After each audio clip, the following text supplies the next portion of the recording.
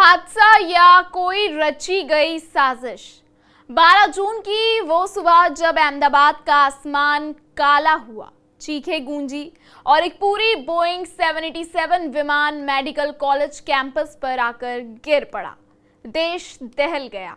241 यात्रियों में से 240 की मौत। और अब सवाल एक नहीं कई है, एयर इंडिया का विमान उड़ान भरते ही क्रैश कैसे हो गया?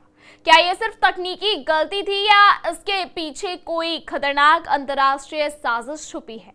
जब एनएसजी और एनआईए जैसी शीर्ष कंपनियां, एजेंसियां मौके पर पहुंची तो शक और भी गहरा गया। और फिर आई टर्किश टेक्निक का नाम, वो कंपनी जो एयर इंडिया के विमानों का मेंटेनेंस करती है। लेकिन क्या उस हादसे वाले विमान का जिम्मा भी उन्हीं के पास था? हर जवाब के साथ है नया सवाल। तो क्या अहमदाबाद प्लेन क्रैश सिर्फ एक एक्सीडेंट नहीं, कुछ और बड़ा था? ये कहानी सिर्फ एक हादसे की नहीं, जांच और शक की उलझी हुई परतों की है। और अब देखिए पूरा सच फैक्ट्स के साथ हमारी इस स्पेशल रिपोर्ट में। लेकिन उससे पहले आयन भारत डिजिटल को सब्सक्राइब कर लीजिए। नमस्कार, स्वागत है आप सबका आयन भारत डिजिटल पर। मैं हूं आपके साथ तनीषा भारद्वाज।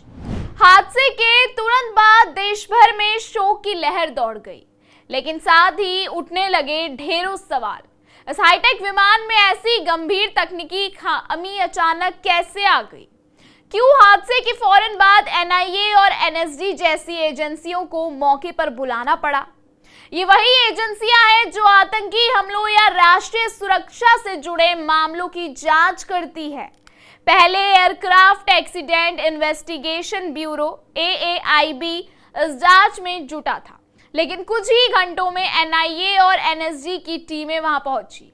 इसका मतलब साफ है कि यह हादसा अब सिर्फ तकनीकी दायरे में नहीं देखा जा रहा, बल्कि इसमें संभावित साजिश की भी पड़ताल की जा रही है। जब चर्चा शुरू हुई कि विमान का मेंटेनेंस टर्की की कंपनी टर्किश टेक्निक के पास था, तब लोगों के मन में यह शक और गहरा हो गया कि कहीं यह कोई अंतर्राष्ट्रीय स्तर की साजिश तो नहीं। हालांकि टर्किश टेक्निक ने स्पष्ट कर दिया कि जिस विमान बोइंग 787-8 ड्रीमलाइनर का हादसा हुआ, उसका मेंटेनेंस उसके पास नहीं था। उन्होंने कहा कि उनका कॉन्ट्रैक्ट केवल B777 विमानों के लिए है। बावजूद इसके कई एक्सपर्ट मानते हैं कि अगर विमान की सुरक्षा और निगरानी सही ढंग से होती तो इतनी बड़ी चूक संभव नहीं थी। यहाँ ध्यान देने वाली बात यह भी है कि भारत और टर्की के रिश्ते बीते कुछ वर्षों में तनावपूर्ण रहे हैं, खासकर टर्की के पाकिस्तान के साथ नजदीकी रिश्तों को लेकर एक वक्त पर एयर इंडिया ने टर्किश टेक्निक के साथ अपना करार भी रद्द कर दिया था। लेकिन क्या इस राजनीतिक रिश्ते का कोई असर विमान सुरक्षा पर पड़ा? ये बात जांच एजेंसियों की रिपोर्ट के बाद ही सामने आएगी। दूसरी तरफ हादसे के शिकार हुए मेडिकल कॉलेज परिसर में रहने वालों की मौतें इस त्रासदी को और भयावह बना देती है। यह सिर्फ एक विमान हादसा नहीं रहा, बल्कि जमीनी जनजीवन तक को बुरी तरह झकझोर गया। इस हादसे में मरने वालों की संख्या बढ़कर अब 274 तक पहुंच चुकी है। और यह संख्या सिर्फ आंकड़ा नहीं, बल्कि उन परिवारों की टूटती उम्मीदें हैं जिनके अपने इस हादसे में हमेशा के लिए चले गए।